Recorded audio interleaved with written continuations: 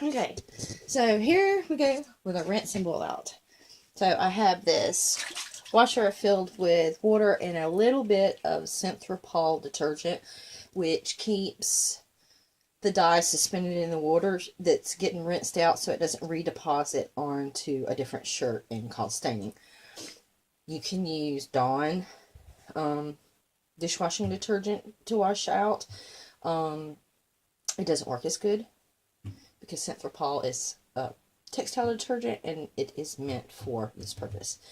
If you're going to be dyeing a lot of things or batiking, I seriously recommend investing in Synthropol. If not, in a pinch, you can use liquid carpet cleaner because it kind of does the same thing, but it's not as good and it's more expensive and it's not as concentrated. So, I'm going to take my shirt that I dyed along with lots of other shirts. Stick that in there, that one in there. Here's our bear shirt. It's been sitting. And I just filled this up with water. This is a top load washer because I'm about to put a bunch more shirts in here. So what's going to happen is that I filled up the water. If you don't have this, you can put just water in a bucket and rinse it out manually, but you want to do a cold water rinse because it neutralizes the soda ash so that it's not keep dyeing the fabric, if that makes any sense. So I put this on rinse. I'm going to let it swish it around and then spin out the water, and then I'm going to take the shirt out and show you how I strip out the wax. So now we're going to do the boil out. I have a pot of boiling water and I have a pot of cool water over here. So what I'm going to do first is strip the wax off. And here's my shirt. I'm just going to take the waxy part like that and dip it in the water. See the wax coming off? I'm going to take these tongs and literally just dump the water out with the wax on it.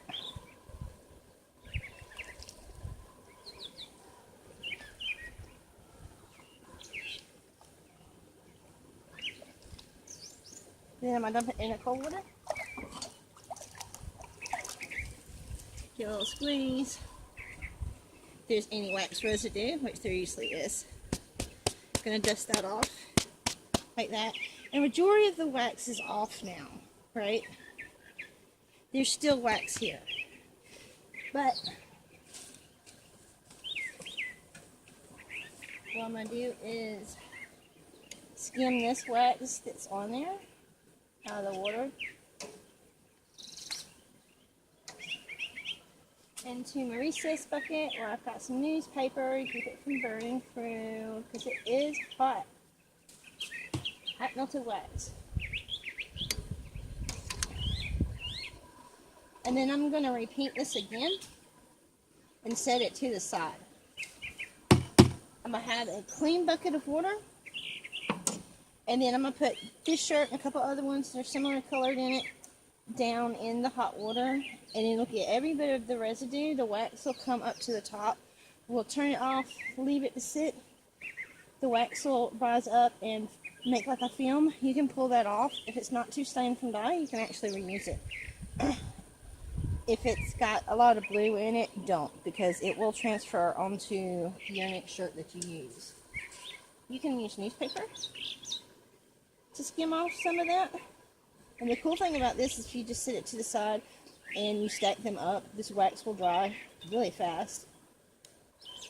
And it makes excellent fire starters.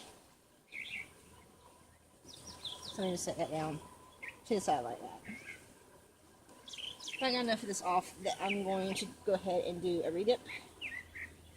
And you can do this for a pot of water for as big as this design is, about a half dozen shirts, and then you're going to start over with a clean pot of water because you're going to have a lot of dye get into it. from the washout.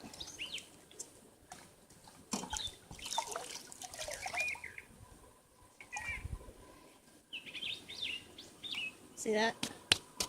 More of that wax. Now, when you're totally done, all this will be out. And then you're going to give it another cold wash in Synthropol, and then a hot wash in some regular detergent. I use just the Eco detergent, and if your water's not running clear, wash again.